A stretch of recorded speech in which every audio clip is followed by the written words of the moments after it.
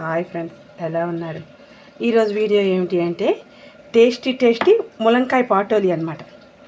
ములంకాయ పాటోలి ఏంటి అనుకుంటున్నారా?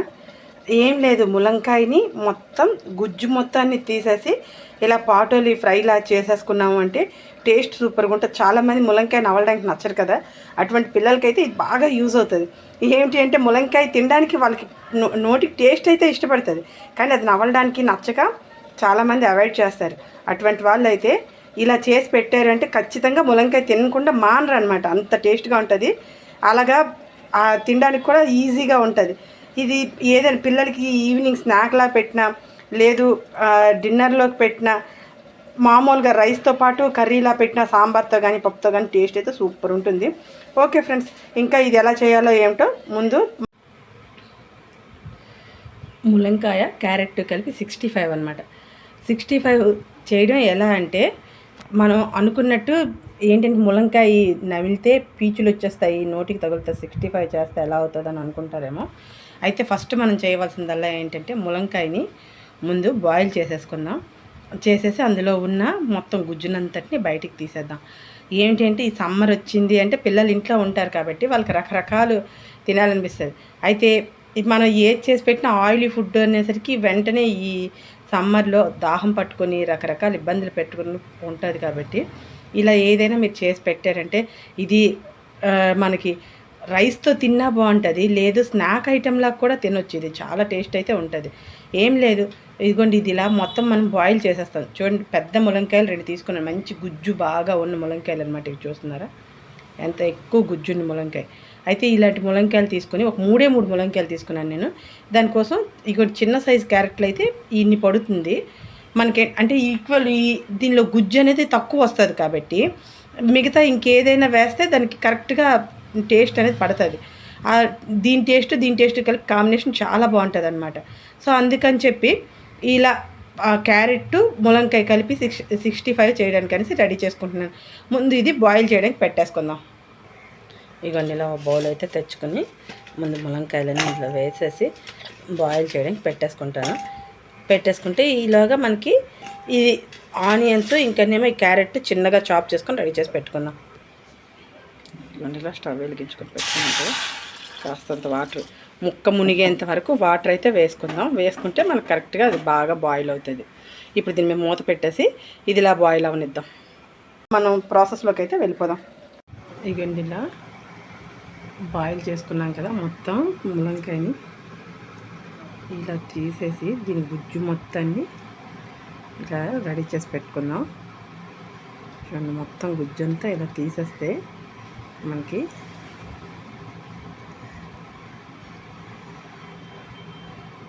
చూస్తున్నారు కదా అంత బాగా వచ్చేస్తుంది కదా. ఇలా వచ్చేసిన గుజ్జు అంతటిని మనం రెడీ చేసి పెట్టుకుందాం. ములంకాయ ఆ తొక్కంతా ఒక పక్క పెట్టుకుందాం. ముందైతే కడాయి పెట్టుకొని ఇందులో ఒక 2 టేబుల్ స్పూన్స్ అంతా ఆయిల్ అయితే వేసుకుందాం. ఎందుకంటే కాస్త దీనికి ఎక్కువే పడుతుంది ఆయిల్. మనకి ఇది క్రిస్పీగా రావాలి అంటే ఆయిల్ కాస్త వేయాలి కదా. మనము అది మొత్తం పీస్ మొత్తాన్ని తీసేలాగా దీంట్లో ఈలోగా మనమైతే ఆనియన్స్ క్యారెట్ ఫ్రై చేసేసుకున్నాము అంటే ఇది ఫ్రై చేసి కరెక్ట్గా మనకి ఆ ఫ్రై అయిన టైం కల్లా రెడీ అయిపోతుంది అనమాట. అది మనం తీసేయడం. ఇలా మొత్తం ఆనియన్స్ క్యారెట్ 2 ఒక్కసారే వేసేద్దాం. ఇది ఫ్రై అవ్వడానికి కాస్తంత టైం పడుతుంది కదా. ఈ టైంలోగా మనం అయితే మొత్తం ములంకాయ గుజ్జు మొత్తాన్ని తీసేయచ్చు. మూత పెట్టేద్దాం అదే ప్లేట్ని.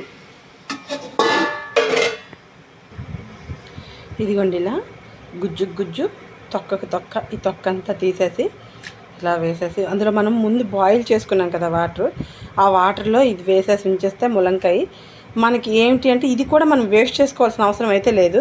రసం పెట్టుకుంటే ఆ రసంలో కనుక మనం వాటర్ అంతా వేసేసాము అంటే మనకి అది టేస్ట్ బాగుంటుంది. చూడండి, ఇలాగా మనం తీసినలోనే వాటర్ కాస్త వచ్చింది కదా, ఈ వాటర్ కాస్త వంపేసి అది కూడా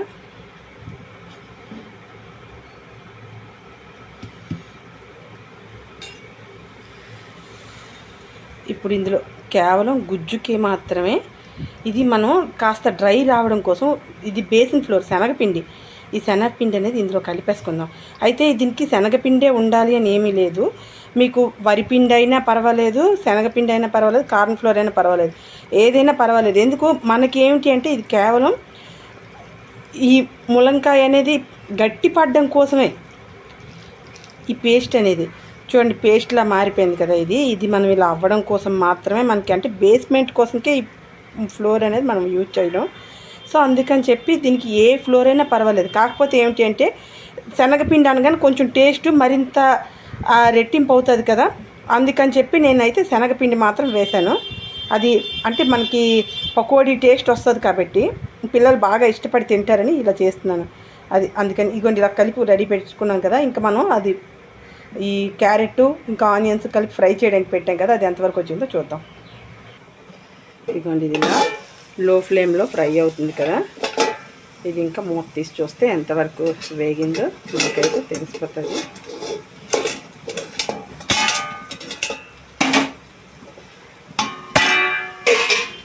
చూడండి ఆల్మోస్ట్ ఇది ఫ్రై అయిపోయినట్టే.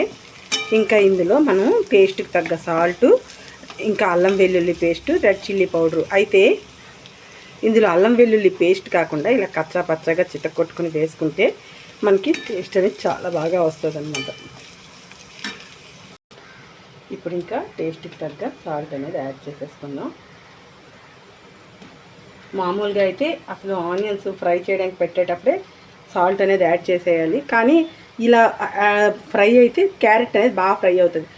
మీ స్పైసెస్ తగ్గట్టు రెడ్ చిల్లీ పౌడర్ అనేది యాడ్ చేసుకోండి. ఇందులో క్యారెట్ వేసాం కాబట్టి ఆ స్వీట్నెస్ ఇస్తుంది కదా, కాస్త ఎక్కువగానే వేస్తే టేస్ట్ బాగుంటుంది. కాస్త పసుపు, అలాగే మంచి కలర్ఫుల్గా కనబడడం కోసం కాస్తంత ఈ కాశ్మీరీ రెడ్ చిల్లీ పౌడర్ బాగా కలుపుకొని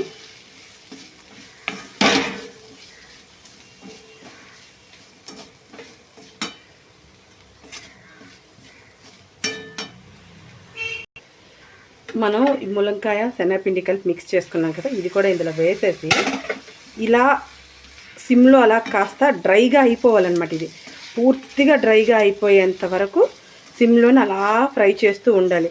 ఫ్రై చేస్తే మనకి మంచి కలర్ఫుల్గా టేస్టీగా ఇంకా తేలిపోతుంది అనమాట. ఎంత బాగా అయిపోయింది కదా, మొత్తం డ్రైగా తయారైంది కదా. ఇప్పుడు కరెక్ట్గా నాకు ఇలా డ్రైగా రావడానికి 20 మినిట్స్ పట్టిందనమాట. ఇప్పుడు మనం దీనిలో కాస్తంత గరం మసాలా పొడి, కరివేపాకు వేసుకొని ఇంకా దించేయడమే. ఇదిగోండి ఇలా ఫ్రెష్గా ఉన్న పచ్చి కరివేపాకు కాస్త, అలాగే చిటికెడు అంటే చిటికెడు ఎక్కువ అవసరం ఉండదు గరం మసాలా పొడి, ఇలా కాస్త జల్లుకొని ఒకసారి బాగా కలిపేసుకొని ఇదిగోండి ఇలా బాగా ఫ్రై అయిపోయింది కదా. ఇంకా స్టవ్ ఆఫ్ చేసేద్దాం. ఆఫ్ చేసేసి ఇంకా ఒక్క 2 మినిట్స్ ఇలా మనం రెస్ట్ ఇచ్చామంటే ఇంకా బాగా అది వేడికి ఆ లోపల ఉన్న తేమ కూడా పూర్తిగా లాగేస్తుంది అనమాట. లాగేసాక అప్పుడు మనం డిష్ అవుట్ చేసుకుందాం. ఇంకా మొత్తం ఫ్రై కంప్లీట్ అయిపోయింది కాబట్టి ఇప్పుడు ఇంకా ఓ బౌల్ అయితే తెచ్చుకున్నాను, ఆ బౌల్లోకి తీసేద్దాం. మొత్తాన్ని బౌల్లోకి అయితే తీసేద్దాం. చూస్తుంటేనే నోరు ఊరిపోయే ములంకాయ కర్రీ అయితే, పాటోలీ కర్రీ అయితే రెడీ అయిపోయింది. ఇంకా టేస్ట్ సూపర్గా ఉంటుంది. ఓకే ఫ్రెండ్స్, ఈ వీడియో కనుక మీకు నచ్చితే లైక్ చేయండి, షేర్ చేయండి, సబ్స్క్రైబ్ చేయండి, ట్రై చేయండి, కామెంట్ చేయండి. Watch our channel Keerthi creatives.